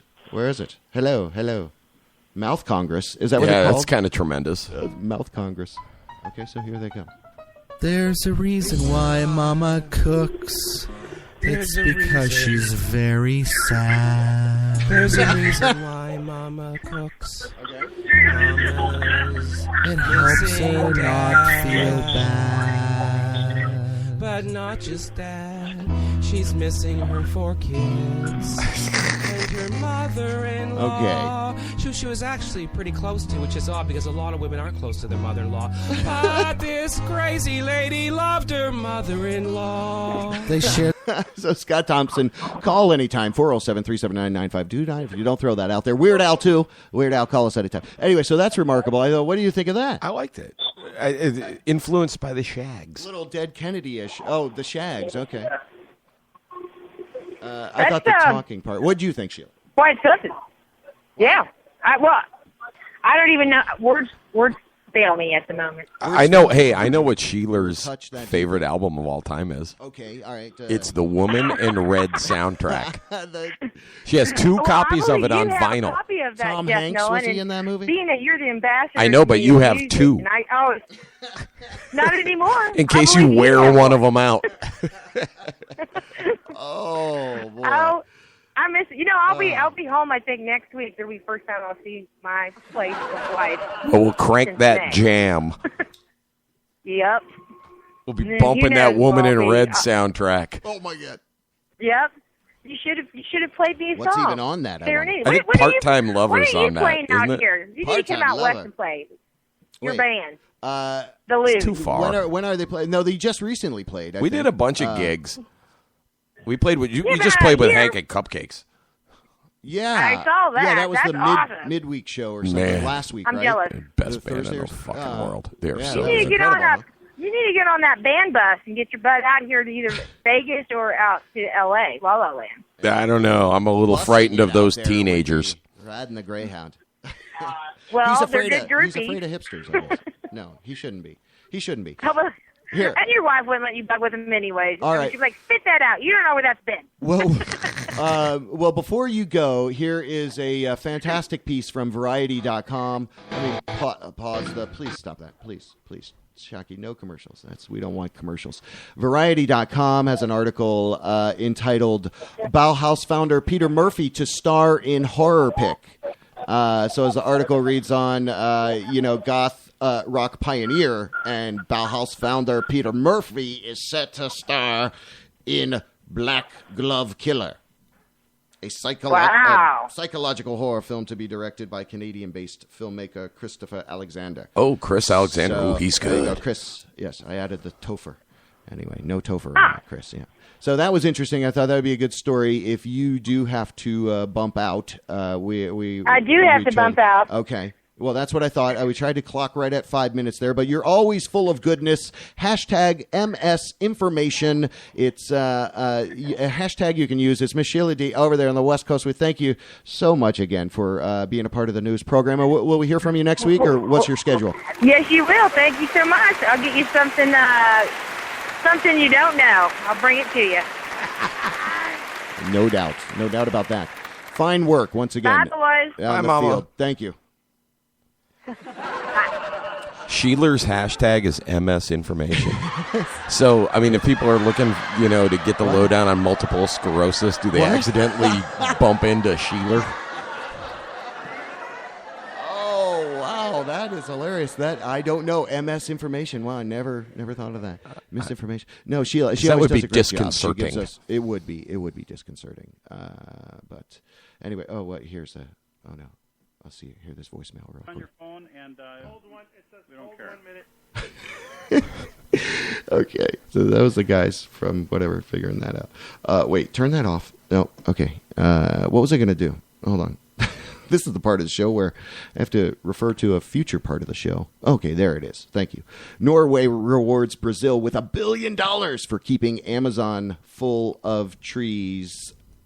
So, it's an article from QZ.com, and it's simply about, I think that's what the future's about, is how much are you preserving the world as it is? Norway gave Brazil $1 billion for preserving trees. Yeah. Oh, my God. Much of South America's Amazon rainforest will continue to be clean, lush, and green thanks to, in part, to a country on the other side of the world. In 2008, when the Amazon was facing a severe deforestation crisis, Norway, a country made rich from oil and gas production and the biggest donor to protect tropical rainforests, pledged $1 billion to the government of Brazil. If it could slow down the destruction, doing so would protect the forest's wildlife and also enormously reduce climate-harming greenhouse gas emissions. So the article goes on there. But it's a relatively heady piece that I was like, that's incredible. But that's what I think the future is. So Norway's parliament or Congress got together and they funded a okayed and appropriated the funds for that. I think that bank is really strong. I mean, rock solid. that's unbelievably cool. God forbid you should spend money on something cool. It's remarkable, though. Plus, then I can get down there, chop all them Brazilian rosewood trees down, and get me some more nice acoustics. Yeah, you make a guitar out of them. Brazilian rosewood, the most coveted guitar wood on the face of the planet. Oh, see, and it's a big bust if you like illegally import it, or it's a big bust. Yeah, wow, that's no. You joke. have to buy acoustic guitars that were built I think before 1970 or 72 or something. Yeah, otherwise you have a problem traveling internationally with them because when you come back into the United States, if it's wood that was harvested after the law, then they can confiscate the wood.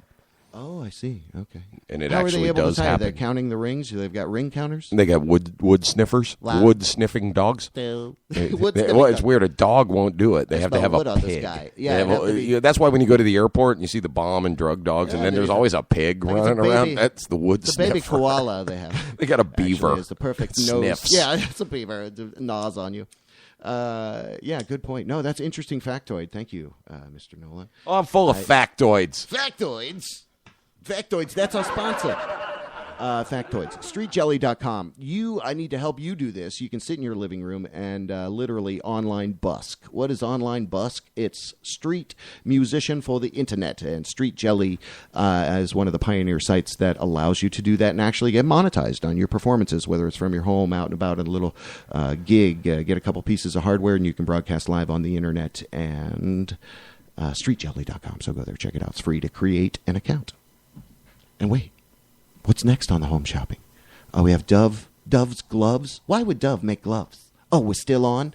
Still, You, audience at home, call in. Why would Dove make gloves for your hands that will really also facial gloves for your face and hands? And then they also want to get into your pants, of course, as well. So Dove gloves. I don't know. Hey, remember the old Dove pity laugh. soap ad in the 70s that said, "My wife, I think I'll keep her"? That was an actual nationwide television ad campaign. My wife, I think I'll keep her. Unbelievable. Let's make a spot right now, okay? All right, we'll use the same music, all right? And you recreate that commercial the best you can. Just freelance it. Don't put a lot of thought into it. All right, here we go. Got you down. My wife works hard with 4 kids and having to wash my car and make me sandwiches. And I need her hands and her face and her naughty bits to be their softest. That's why she uses Dove. My wife, I think I'll keep her. Oh, yes. That was the dumbest, stupidest, most embarrassing thing I've ever done in my life. And fuck you for making me do that, JB. Because I know you are. And that is just fucking asinine. Thank you so much. Thank you. That was fantastic. Yeah, let's see. That was glorious. So, okay, here, wait. Oh, we're in the middle of the news. DangerousMinds.net has an article about Prince becoming a DC comic book character. And between you and me, that looks pretty fucking cool, and this should have been already done, or it's already been done, right? So you've got just like Peter Murphy in a horror movie. That should have been done a long time ago, too. That's what I'm saying. Like, that's news? I thought he did that in the 80s. Do you like David Bowie? Yeah. You do? Of course I do. I also breathe and eat. Oh, you do? Of course, everybody likes David Bowie. Do you wear suits? Do you wear suits from the Men's Warehouse? Because if you do, a HuffingtonPost.com article tells the Men's Warehouse founder has smoked weed for 50 years, doesn't care who knows. Remember that guy? I'm Joseph Bagsbot. Yeah. You're going to love the way you look. Those commercials went away. They were kind of parallel with the damn Wolf of Wall Street shit. Yeah. Like, weren't they? He his whole cheap suit fortune went to the doob. What happened though? Didn't something push him out of the spotlight? Yeah, they kicked him out of the company. Okay, you're no longer the What was his classic line? I'm no longer. You're gonna love the way you look. You're gonna love the way you look. Okay, I guarantee it. Remember that. I guarantee it. There you go. Yeah. All right, we should. Good for him. Find that fucking commercial. So cheap suits are awesome, man. There you go. Everybody should have some cheap suits. Sometimes it's good when you're just going to be hanging out or stepping out, just do something stupid. You fucking put a suit on. Right. Just for no reason. It makes you Just feel totally different. out of the norm. You can do it. Well, you're a snazzy guy. Look at me. You always look relatively sharp. Look how sharp I look right now. What the hell is this? What the fuck? What the fuck is that, Shocky? Ewo. Okay, what is it? Ewo. Okay. Ewo. Okay. Ewow.com. EWAO.com. Has a cool article. Adidas has created a shoe made entirely from recycled ocean plastic. I thought that was pretty fucking cool. That's smart. And the shoe, I'll pop it up on the monitor there so you can see it. It looks pretty. Did they have to make it ugly as shit? Pretty okay. But right. Why would they make it more like a running shoe, right? Anyway, I thought that was interesting. There's certainly a lot of resource to make those. Searching for the records you want. Are you tired and frustrated from always straightening out your LPs? Now with K-Tel Record Selector, this will never happen again. To choose your favorite music, tilt the first record forward. The others follow automatically. Pick your selection when it appears. To choose more LPs, lean the next record forward and wait for your... Okay. So hey, what was the first album you ever bought in your life? So I inherited albums, I guess, from my brothers and sisters. What was the first one you ever bought? See, I would have to say it was probably when after I moved to Florida, because the culture up in New York where I lived, my family were Jehovah's Witnesses. So it was very not a lot of rock and roll. I wasn't. You weren't bumping a lot of jams. jams. Much of a collector. Yeah, I was passing out stuff, going on people's doors, getting it slammed in my face, that kind of stuff. So I wasn't. So I only started doing that once I moved to Florida with my dad. And the first thing I'll remember, it wasn't a record, but it was a CD, and it was Peter Gabriel. It was that damn Claymation, so Big Time, and it was all that whole album. Yeah, the album was called So. Yeah. So that would be to answer your question, it's that. Well, the K-Tel thing you were playing made me think about it because I think the first record I ever bought, it wasn't K-Tel, but it was like a K-Tel record. I think it was Warner Special Products, but it was called Heavy Metal. Oh. And it had all these sort of pre-metal songs on it from, the Warner Brothers catalog. Right. So, that's interesting. Well, yeah, I found that old vintage clip, and it's like, yeah, well, look how crazy the technology was on that, right? It was like, oh, you've got to, put look at that. What a hassle. I'm hassling. I'm looking oh, through the my records. God. Oh, you're such an idiot. You spilled everything. So don't get beaten, like Johnny. Wow. And that fucker broke. It's based purely on the momentum, right? It's like a domino thing. So that was pretty dope. I thought, wow, that's pretty cool technology for not being really technology. For being more physics, I guess. It's like one of those desk ball clacker clunk things. Right. Oh, the clink-clong balls. Clink-clongs, yeah. Clink-clang. Clink-clang. You know what's called clink-clong? Clink-clong. That is the Kling-Klang Japanese Studios. Huh? Clink-clong. Is the studio in Germany that Ralph Hutter built. What? For Kraftwerk. Oh, nice tie-in. All you just roads blew up the internet. It's all over. Lead back Fantastic to Kraftwerk. Job. Remarkable. That was good. You know your stuff, man. No doubt. Hey. Jeff Nolan in studio hanging out with us here on our Tuesday night. You can give us a phone call if you'd like. It's 407-379-9529. What is the name of your wife's graphic design? Erin Nolan Graphic Design. Oh, I thought it was like Nolamite or something. Where did I No, see that's her that? email. Oh. and a gold necklace. I was like, that's cool. Nolamite. She's got a gold nameplate said, I wish you would. She's like the female version of Mr. T, but in a way cooler way. And also not at all. Yeah. but remember, Mr. T, kids don't do drugs and eat all your stuff, but wear this jewelry like I do. Look like you're a bouncer at a bar. Look like that all the time. Aaron can put it together. You got to check people's ID. Got to make sure they ain't got no weapons on them. Okay? Got to wear your drugs and eat your breakfast every Saturday. You ever watch the Key and Peele sketch where he does that was just Jordan Peele at his absolute most genius. That stuff is great. They do a lot of really funny stuff on that show. They do. They're breaking good ground. But that's where you get, people didn't have the availability of the shows with the growth of the networks and the possibility. I mean, there's so much now available where it's like, you can create anything, right? And so that kind of deprecates it a little bit. So that's when you're good and you're focused. We took the visual element of this show away intentionally, because I wanted to concentrate on more just the audio side of it, which led me to learn more and do more. And limitations become are more. good for creativity. Right. So in saying that, huge praise out there for Artlando last week. That's a great event put together by Orlando Weekly. Don't they do Jamlando too? Isn't that kind of affiliated with them? Is Orlando and I don't think Jam Bando's part of it. No, Jam Bando. I'm messing it up. No, that's that's like I equate that with Dave Mann's scene. Dave Mann. Yeah. Oh, Funk Us. Yeah. Okay. He's done amazing work with that yeah, whole project. I was trying to work to get him in here, too.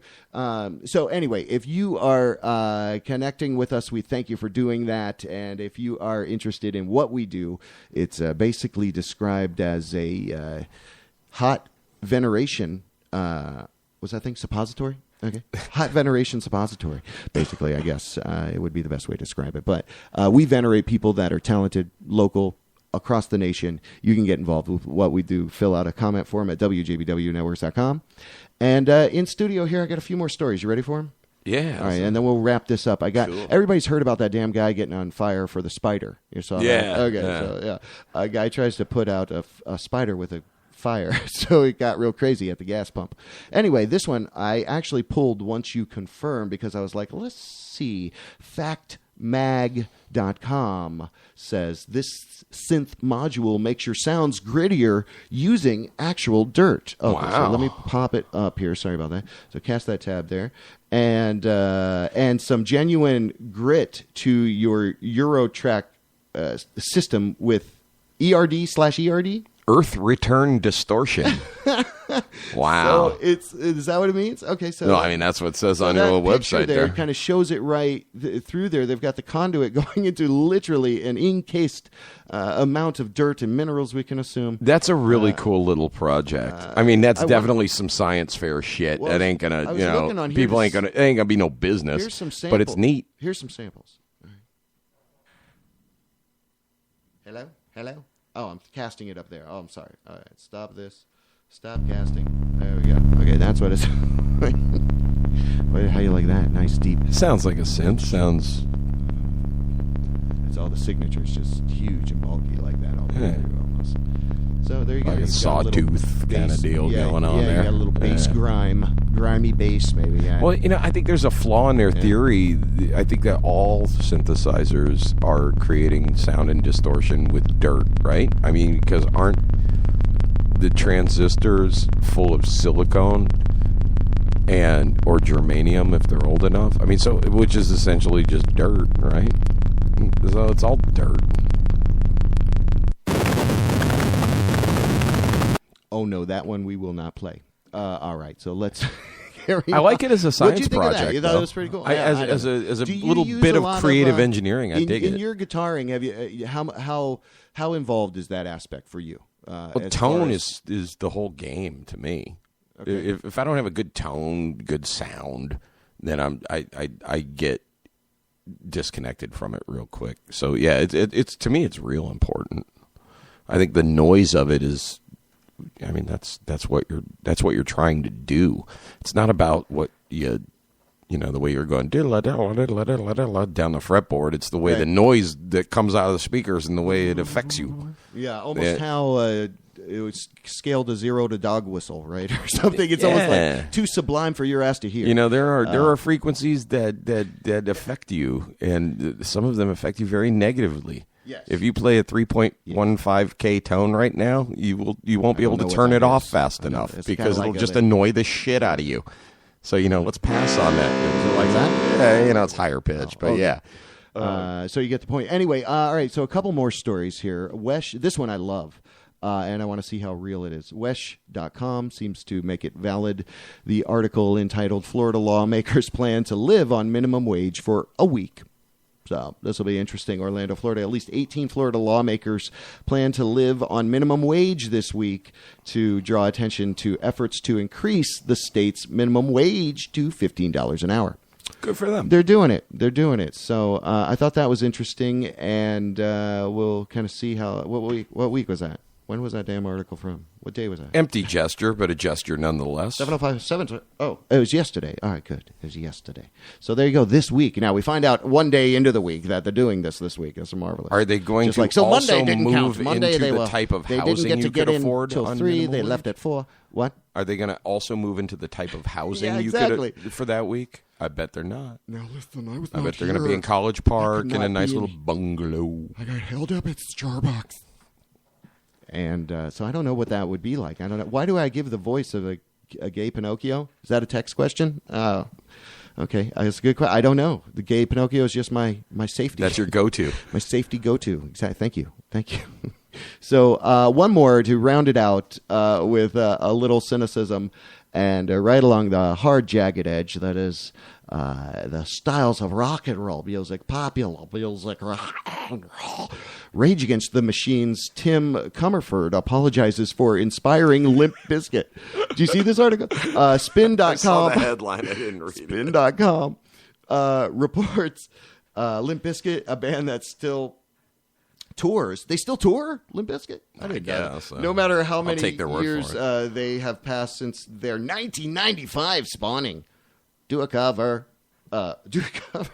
during live shows. That cover happens to be Rage Against the Machine. So would that be interesting? Is this a link to it? Can we see it? No, wait. Oh, did I just go away from it? Hold on. Oh, here you go. I appreciate Tim Comerford apologizing. All right, y'all. Everybody.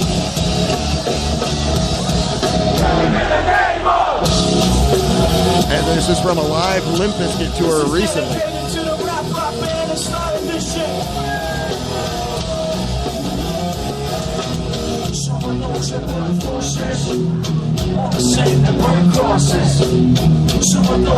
Okay, I don't know. You don't want to Fred miss Durst it with the singing original that there. lyric I just is really, really annoying.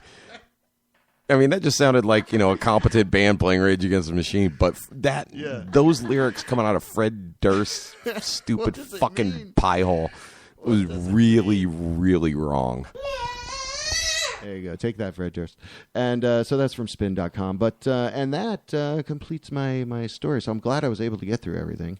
Wow, thanks. Jerry never lets me 2 cents. He's always so crazy in here, and that's why I love him, man. Jerry Johnson, hats off to you, sir. He's probably getting deep into the area where they're going to be playing and performing. Right now, Kraftwerk is probably playing. We'll see some. Wir fahren auf der Autobahn. Oh, wow, it's almost 9. All right, so where else can you guide me for Ludes? Let's see, I've got a couple tracks here. I got Brown Liquor Woman, and then what did we play already? We played Insurrection. Play Save Me, because I think that's okay. the version that's got Jesse Martin's on fiddle. Okay, let me make sure I've got all of my other audio sources down.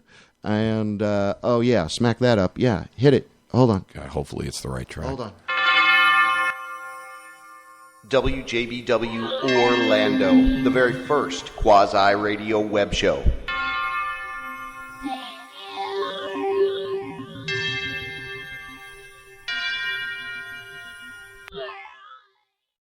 All right, so welcome back. We're wrapping things up. We appreciate your time. Thanks for hanging out. Huge thanks to this guy over here that is Mr. Jeff Nolan, sitting in for Jerry Johnson after a freaking interview, a local legend interview. So you're a talented guy. We appreciate your time. Thanks for letting me stop stuck by, all the way JB. the whole through. Well, that was impressive. So I appreciate that. It was fun. We'll let you get out of here now, but we're going to close out with a couple tracks from the Ludes. I'm getting this off of reverbnation.com/theludes/songs, and that's pretty easy to figure out, or just Google all what I just said. I said Ludes, the Ludes, Orlando. No, I'm not accountable for your pharmaceutical Good drugs luck. that you try to get. You can't get them. What? Oh, no, we don't have a chat on that. Anyway, I appreciate it, man. You guys are on Facebook. What's the best way for people to connect with the Ludes? Where are you playing next? We're playing, I don't even know. We just finished a bunch of shows. We'll do another couple shows this year. Okay. We like to keep it a secret. Yeah. Because if we don't, then maybe people will come and then that fucks us all up because we get self-conscious. Don't make me sing. Well, glorious. Well, man, again, you're a talented guy. Truly appreciate your coming in here and putting in a hell of an effort. You gave us a hell of a lot of good color on your backstory, man. Awesome. And, we expect you to keep on rocking. That's all I can say, man. You just cheers, buddy. You just keep doing it. And that's Mr. Jeff Nolan. We thank you, local legend, coming in studio. Go to WJBWNetworks.com. And you can find out more. We're going to play a couple tracks from the Ludes here. So, again, see you on the next Flippy Floppy. Oh, no, that one. Sorry. All right. Computer. There you go. All right, we got the Ludes up next on WJBW. Enjoy Save Me.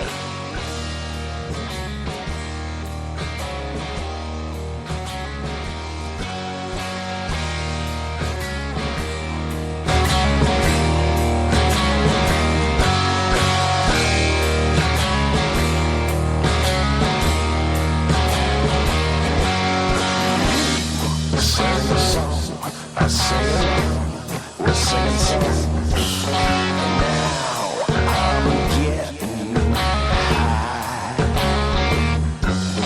It's all because of you. You know it's true. That's how we do it. Now I'm getting high. 'Cause you say say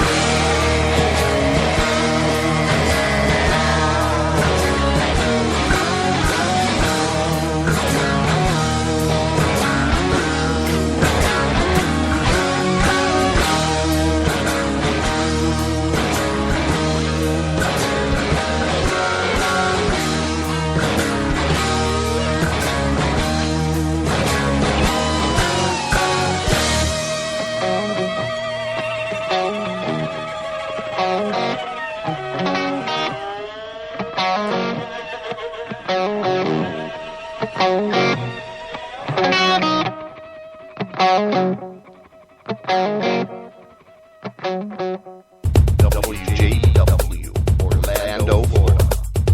The first quasi-radio web show. Wow. Yeah. Award-winning Buffalo's Bodacious Barbecue, Orlando's favorite since 1986. Buffalo's Bodacious Barbecue has been recognized by USA Today, the New York Times, and the Food Network. Buffalo's Bodacious Barbecue. Get some of this stuff in your face. Buffalo's Bodacious Barbecue. It's delicious.